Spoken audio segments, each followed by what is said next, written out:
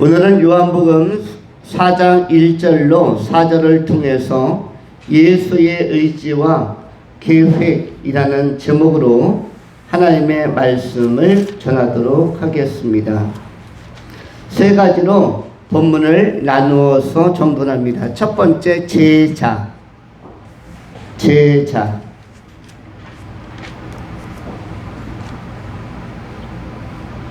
두 번째, 변화.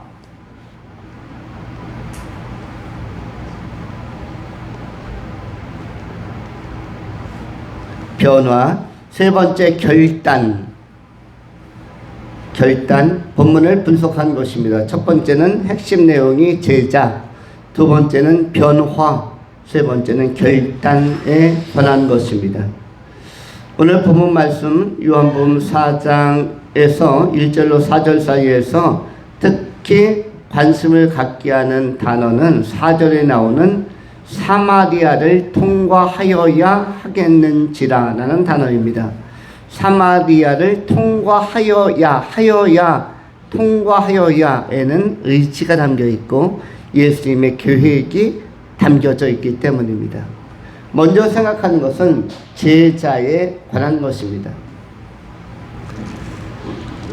오늘 본문 말씀 4장 1절, 2절에는 어떤 단어가 특히 눈에 들어오냐면 제자라는 단어가 눈에 주목되고 있고 또 포착되고 있습니다.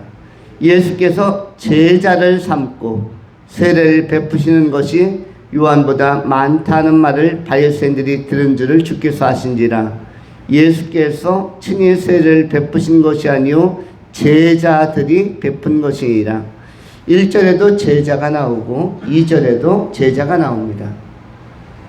사도행전으로 넘어가면 사도행전에는 성도란 말, 신자라는 말이 별로 많이 나오지 않습니다. 신자가 나오지 않고 제자라는 표현이 나옵니다. 그럼 여러분, 신자와 제자는 어떤 차이가 있을까요? 신자는 무엇이고 제자는 무엇입니까? 신자는 두 가지로 나눌 수가 있어요. 첫 번째는 믿으려고 하는 자, 믿을 신자를 써서 믿으려고 노력하는 자가 신자이고 믿어보려고 하는 자가 신자입니다. 그런가 하면 신자는 두 번째 의미가 있는데 신자를 써서 하나님 신자를 써서 함으로 믿어지는 자, 달리 표현하면 하나님의 자녀, 영접하는 자, 그 이름을 믿는 자들에게 하나님의 자녀 되는 권세를 주셨다 할 때 신의 자녀, 신의 자제, 신의 자식 할 때가 바로 신의 아들, 신의 딸, 이것이 바로 신자입니다. 첫 번째는 믿을 신자는 믿으려고 하는 자이고요. 믿어보려고 하는 자. 두 번째는 이미 신의 자녀가 된 자. 그래서 이것은 한문이 다 다릅니다. 먼저 나오는 신자는 믿을 신자에다가 놈자를 씁니다. 믿으려는 놈, 믿으려는 자, 믿으려는 사람, 믿어보려는 사람, 신적 관심을 갖는 사람, 절대자, 무한자에 대한 관심을 갖는 사람, 이런 사람들이 뭐죠? 믿으려는, 한문으로는 놈자를 씁니다. 믿으려는 놈. 너무 용어가 천박한가요? 어쨌든 믿으려고 하는. 그런데 두 번째는 뭐다? 신자가 하나님 신자는 일반적으로는 귀신 신자라고도 합니다. 사람들이 하나님 신자를 못 만들어내서 귀신 신자라고 그렇게 함으로 만들어냈는데, 이건 뭐냐면 신의 아들 자자 할 때 자녀, 신의 자녀, 놈자가 아니라 놈자와 아들 자자는 완전히 다르죠, 한문으로. 그래서 신의 자녀, 누가? 바로 예수를 영접한 사람들, 거듭난 사람들은 신자, 두 번째 신자라고 하는 것입니다. 하나님의 자녀, 신자라고 하는 것이죠. 그런데 사도행전에서는 신자라는 단어 자체가 몇 번 나오지 않고 전부 다 뭘로 나오죠? 제자. 이 말은 뭐냐면 제자와 신자의 차이는, 신자는 예수님을 영접하고 거듭났지만 훈련받지 않은 자, 고난을 통과하지 않은 자, 대가를 지불하지 않은 자는 신자라고 하는 것이에요. 그래서 신자 앞에 초자도 붙이기도 합니다. 초자를 붙이면 무슨 신자입니까? 초신자. 초신성 초파리도 있는데 무엇도 있다? 초신자도 있는 것이에요. 그런데 거듭난 거에서, 예수 영접하는 거에서, 예수가 믿어지는 것에서 끝나지 않고 그 단계에서 훈련받고 배우고 인내하고 헌신의 대가를 지불하며 고난도 통과하고 시험도 통과하고 이런 상태를 뭐라고 그러냐면 영어로는 disciple, 우리말로 번역하면 제자라고 하는 것입니다. 제자는 훈련받은 자, 제대로 배운 자, 제대로 경험한 자, 제대로 아는 자를 뭐라고 표현한다? 제자.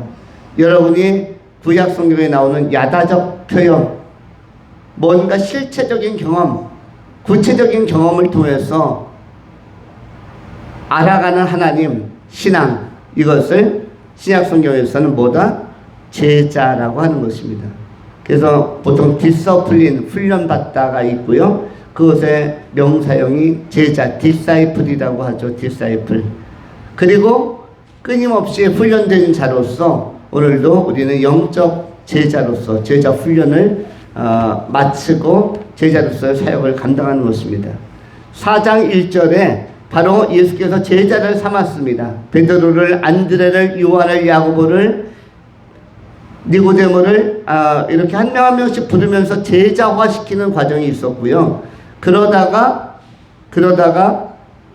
이 제자들이 2절에서는 무엇까지 베푸는 세례까지 베푸며 영적인 영향력과 복음의 권세를 나타내고 있는 모습을 잘 보여주고 있습니다. 예수님의 의지와 계획, 전체 제목이 나온 것 중에 하나는 우리를 제자 되게 하려는 것입니다. 신자로 머무르게 하려고 하는 것이 아닙니다. 신자로 머무르는 것이 아니라 거듭난 나아놓은 상태로 머무는 것이 아니라 머물면은 그것은 안전명이가 되는 것이죠. 그게 아니라 진전하고 진보하고 발전하고 성장하고 성숙해 갈 수 있도록 우리를 양육하고 때로는 강하게 훈련도 하시고 때로는 압박도 하시고 그 상황도 이겨내고 여러 가지 경험을 통해서 하나님이 우리를 또한 에베네셀로 도와주시면서 또 임마누엘 하셔서 도와주시면서 우리의 내면 속에도 강하게 만드시고 외적인 것도 강하게 하시고 지각이 있는 믿음을, 분별력 있는 믿음을 우리에게 형성시켜 주시는 것입니다. 바로 이것이 제자의 역할인데 제자들이 본문에 나온 것처럼 세례까지 줄 정도로 성장하고 있다는 것은 아주 놀라운 선한 영향력을 나타내고 있다는 것이죠. 이것을 갖다가 우리는 일반적으로 일당백이라고 합니다. 여러분 관우, 여포, 계백 하면은 뭐가 떠오르죠? 을지문덕 하면 뭐가 떠오릅니까? 어떤 단어가 떠오르죠? 또는 특수부대, 델타포스, 특전사, 해병대 하면 뭐가 떠오릅니까? 일당 2입니까? 3입니까? 특전사, 델타포스 하면은 일당 뭐라고 표현하죠? 일당 100이라고 표현하죠. 한 사람이 100명을 해치울 수 있고 100명의 문제를 해결할 수가 있고 100명에게 영향력을 미칠 수가 있고 전장터에서는 100명의 적을, 원수를 도륙할 수 있는 그 포스와 힘, 파워를 가진 것을 의미하죠. 여포가 적토마를 타고 한번 큰 창을 가지고 뛰기 시작하면은 적의 병사들 100명은 목이 떨어져 나가는 것입니다. 툭툭툭 떨어져 나가는 것이죠. 관우가 한번 그 큰 검을 휘두르면 역시 많은 사람들이 추풍낙엽처럼 떨어져 나가는 것입니다. 을지문덕이 계략을 한번 짜고 전술 한번 짜면 살수대첩이든 이렇게 큰 작전을 하나 전개하면 수십만에서 수백만의 사람들이 한 번에 몰살당할 수도 있는 것이죠. 이렇게 전략과 지혜, 지각이 있는 분별력이 있는 믿음과 지혜를 영적으로 쓸 수 있는 사람들을 제자라고 하는 것입니다. 그래서 이러한 사람들은 세상이 감당할 수 없다라고 요한일서 4장에서 5장 4절에서 말씀하죠. 대저 하나님께로 난 자마다 세상을 이기느니라. 세상을 이기는 이김은 이것이니 바로 너희의 믿음이니라. 성숙한 믿음, 원숙한 믿음, 산전수전 다 겪고 모든 시험 통과하고 모든 훈련 다 받고 모든 고난 다 이겨내는 상태 속에서 정금 같은 그러한 믿음의 기상, 이것은 굉장히 큰 영향력을 나타낼 수가 있는 것입니다. 여러분들은 지금부터가 쓰임받을 수 있는 시간들입니다. 지금부터가 제대로 된 제자로서 앞으로 밝아오는 2023년, 2024년, 2025년 여러분의 생의 마지막까지 귀하게 쓰임받을 수가 있는 것입니다. 어제 저녁에 송구영신 예배가 있었습니다. 이 근거리에 사시는 분들이 모여서 예배를 하였는데 좀 충격적이고 신선한 장면이 하나 있었죠. 어떤 것이 충격적이고 신선했습니까? 천사가 나타난 것을 보았다는 사람이 있어서 신선했나요? 그게 아니라 안병기 집사님이 연락도 안 했는데 10시 반에 본당에 딱 와 계신 거예요. 그 나이가 이제 99세. 이제 100을 돌파할 수 있는 이제 시간이 카운트다운에 들어가 계신데 저는 놀랐습니다.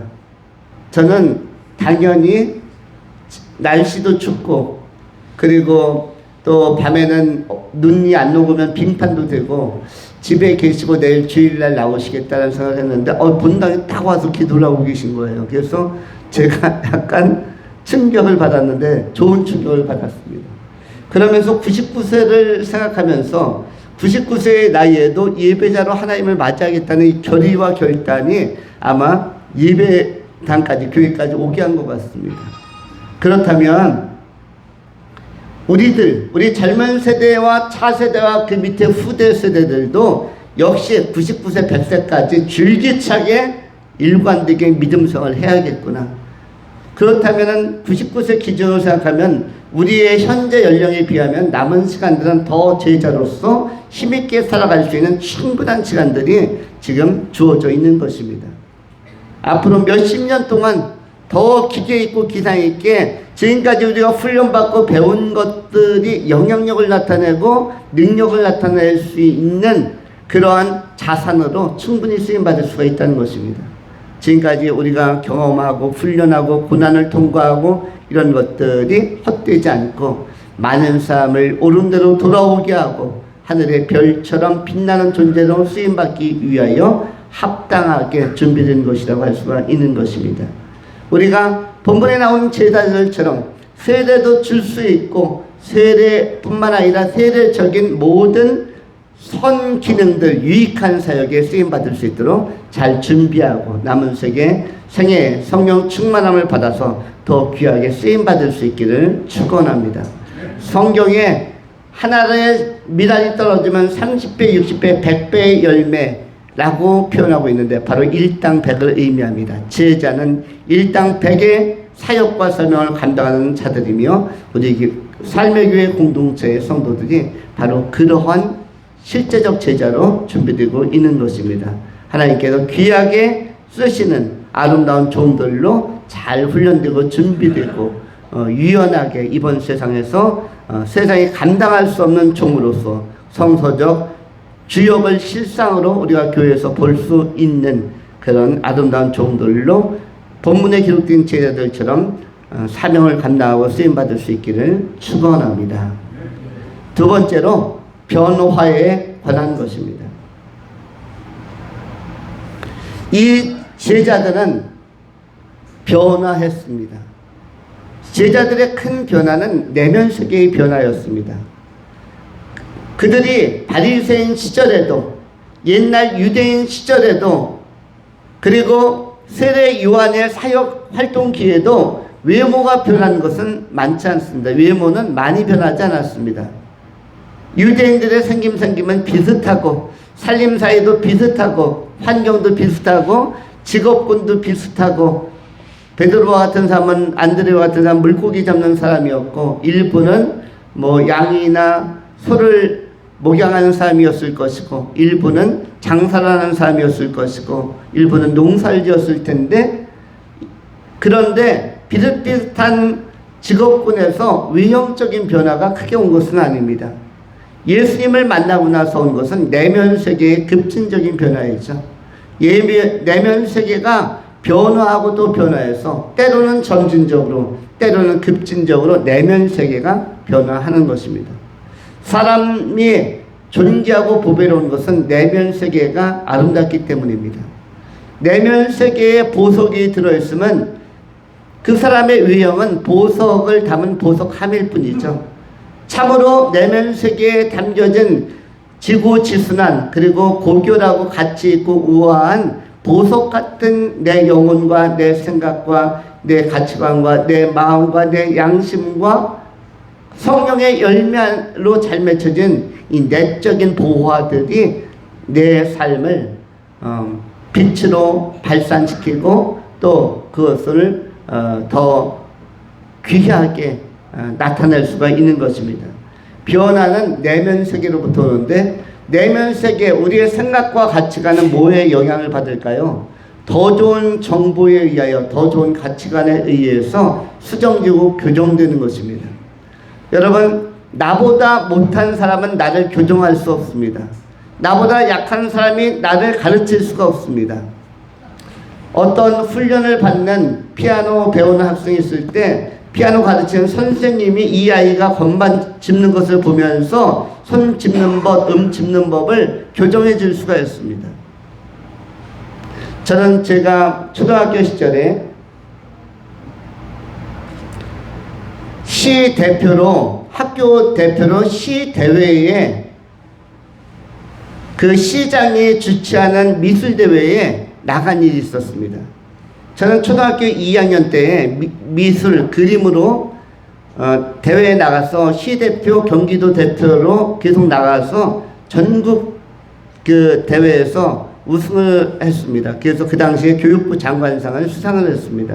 그리고 그 상은 곧 대통령의 직인이 찍힌 상으로 저한테 전달이 되어서 거의 대통령상 같은 것을 받았고 신문에 경기일보에 제 이름이 딱 올랐어요. 그 최초로 제가 매스컴을 탄 게 초등학교 2학년 때였습니다. 그러면서 아니 이 꼬마아이가 전국을 제패하다니 이거 참 그림 미술에 있어서 신동이 나타났구나 이런 평가를 받았습니다. 그리고 났는데 3학년이 되어서 다시 다른 대회 출전했습니다. 출전했는데 점심시간 되기 전에 모든 작품들을 전 시에서 몰려든 학생들이 그린 그림들 수백 장이 심사위원들에게 다 들어갔고 그리고 점심시간에 제가 점심 좀 일찍 먹고 나서 그 본부 회관에 그 심사위원들이 있는 그 센터에 들어갔는데 심사위원들이 제 작품 한참 들여다보고 있는 것을 보았습니다. 그러면서 너무너무 그때 심사위원들이 말을 많이 하는 거예요. 누구처럼 말을 많이 합니까? 주희와 하은이처럼. 주희와 하은이처럼 계속 말을 하고 계속 뭔가 고개를 갸우뚱거리고 뭔가 논의를 하는 거예요. 그래서 제가 다른 사람의 작품을 보고 기우뚱거리고 말을 하면은 저도 지나갔을 텐데 제 작품을 보면서 계속 심사위원 4-5명이 모여가지고 이야기를 하는 거예요. 그 가슴이 뛰기 시작했습니다. 제가 2학년 때는 교육부 장관상도 타고 최고의 그 최우수상을 받았는데 3학년, 4학년이 되어서 이번 대회에서는 어떤 심사평이 나올까? 그런데 심사위원들이 고민하면 또 고민을 했습니다. 제가 귀가 굉장히 밝습니다. 시력은 썩 좋지 않은데 시력은 0.1인데 귀는 2.0인 것 같아요.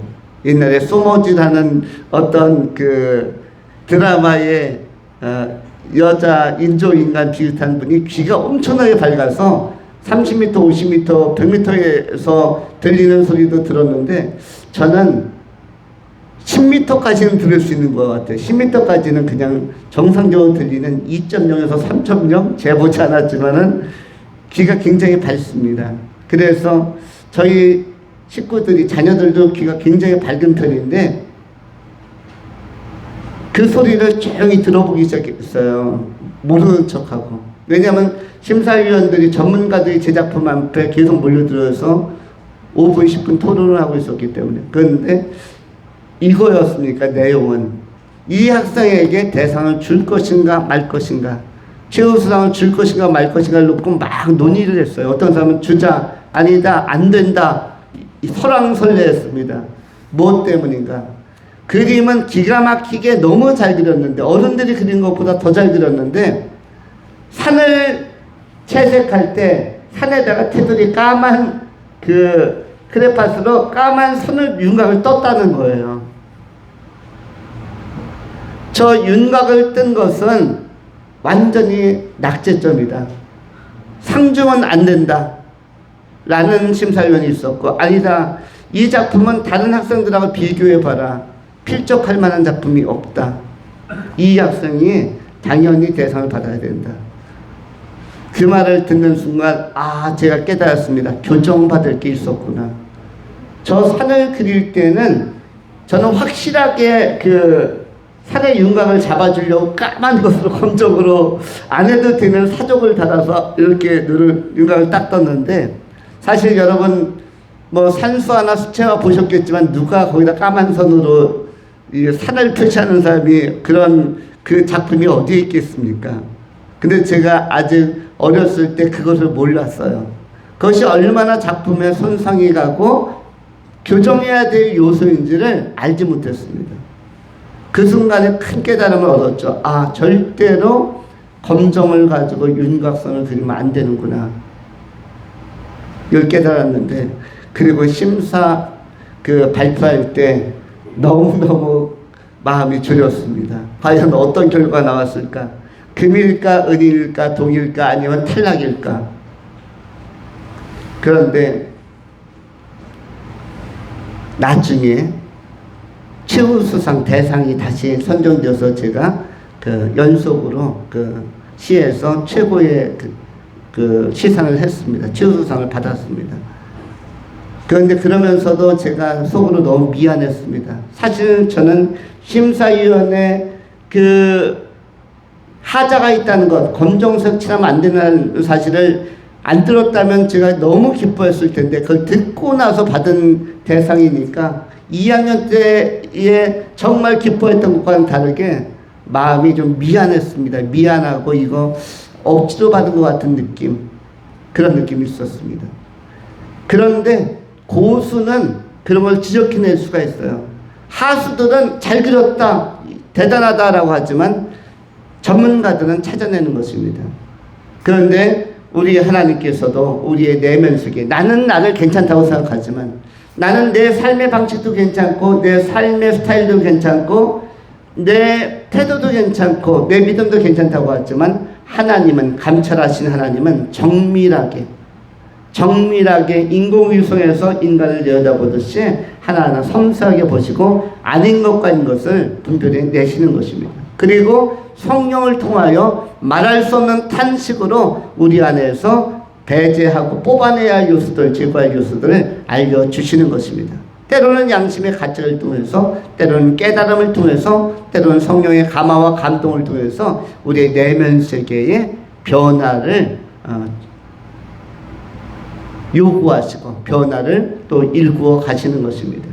그런 건전하고 건강한 변화를 계속적으로 우리가 받아들이고 수용할 때 우리는 좋아지고 개선되어지고 더 훌륭한 하나님의 작품으로, 하나님께서 빚어가시는 작품으로 만들어져 가는 것입니다.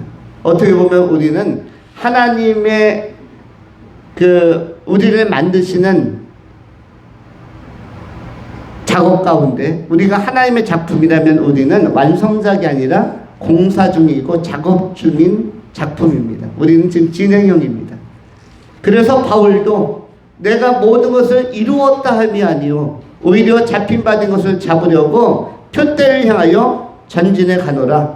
내가 이미 이룬 것도 아니고 잡은 것도 아니고 오히려 잡힌 것을 잡으려고 경주에 간다. 지금부터가 경주이고, 바울은 그 당시에 복음에서는 최고, 그리고 선교에서는 최고라고 평가를 받았음에도 불구하고 나는 이제 새로운 출발이고, 이제 새로운 도전이고, 이제 더욱더 성숙을 위해서 경주에 간다라고 선언한 것입니다.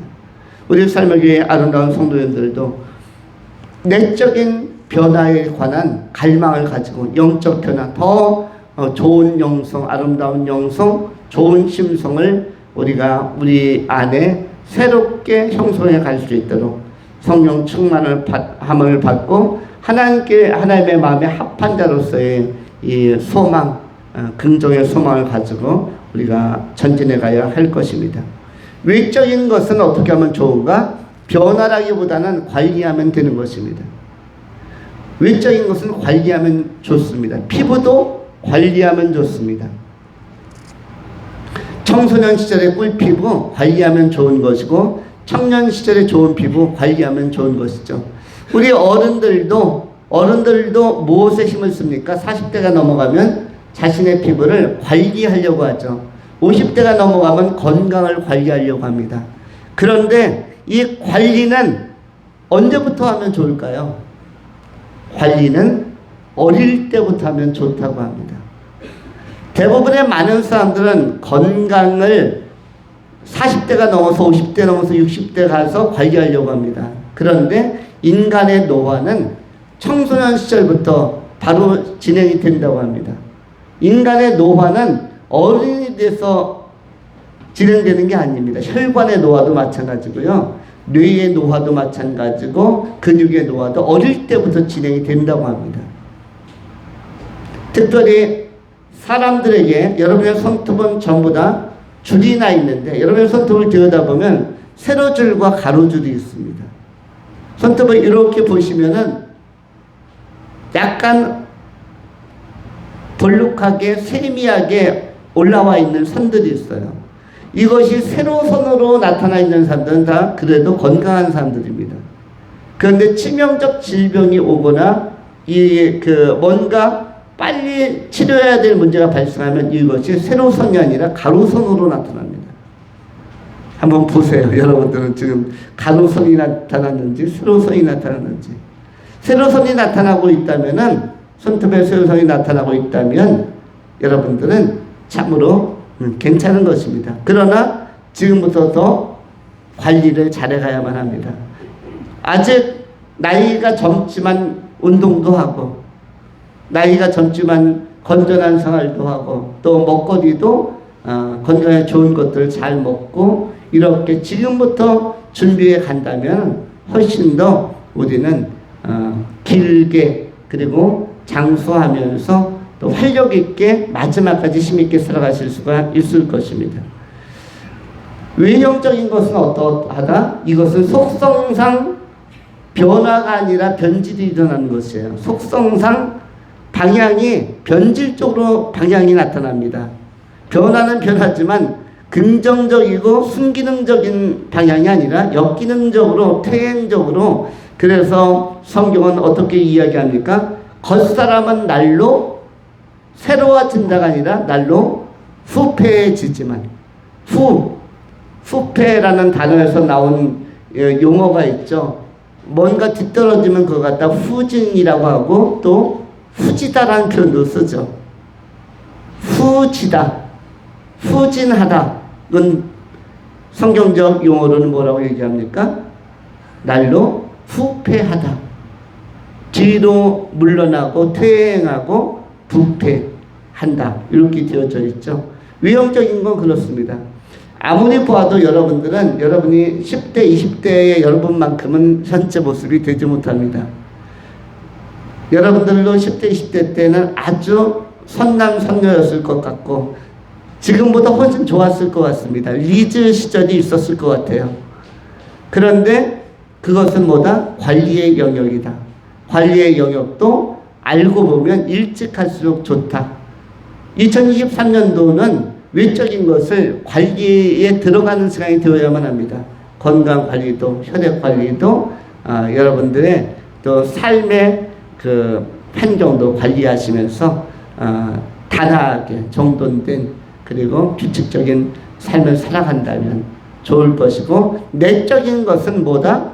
이것은 긍정적으로 변화를 계속 추구해야 되기 때문에 내적인 영역은 무한하게 가능성이 있고 무한히 좋아질 수가 있고 무한하게 그 영성이 확장될 수 있기 때문에 하나님께서 귀하게 쓰실 수 있는 축복은 내적인 것으로부터 시작되는 것입니다. 하나님의 물꼬는 하늘로부터 여러분의 내적 마음으로부터 스며들고 거기서부터 내적으로 여러 가지 좋은 영향력들, 좋은 요소들과 현상들이 나타나고 그 마음이 뜨거워지면서 여러분의 삶은 활력과 생기가 넘쳐나게 될 것입니다.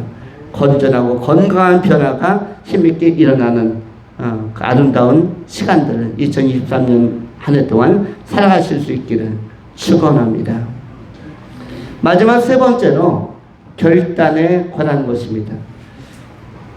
3절과 4절에 유대를 떠나서 다시 갈릴리로 가실새 사마리아를 통과하여야 하겠는지라.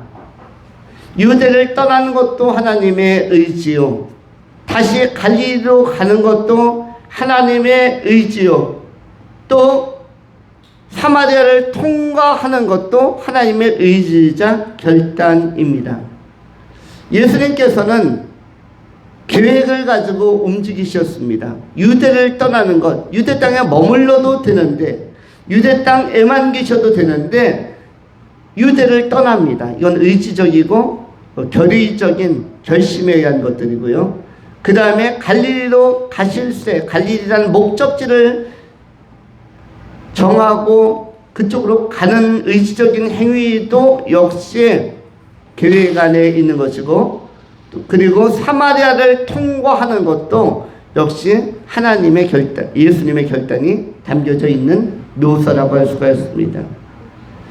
여기에서 우리 하나님은 어떤 하나님이신가? 우리 예수님은 어떤 분이신가? 결단을 매우 좋아하시는, 결단을 선호하시는 하나님이다. 결단을 선호하시는 주님이시다 라는 사실을 발견할 수가 있습니다. 여러분, 구약 성경에서 결단으로 승부를 본 사람들이 많습니다. 여호수아서 24장 14절로 15절에 세겜에 많은 사람들을 모아놓고, 출애굽에 성공한 사람들, 가나안을 정복한 사람들을 모아놓고 그때 선언합니다. 저 강 건너에 있는 신들이 좋아 보이거든. 너희들은 거기로 갈 것이며 그들을 쫓을 것이며, 그러나 나와 내 집은 오직 여호와만 섬기겠노라. 그러나 나와 내 집은 오직 여호와만을 섬기겠노라. 이렇게 결단하는데, 그것을 이 여호수아의 결단을 하나님이 너무너무 기뻐하고 좋아하시는 것입니다.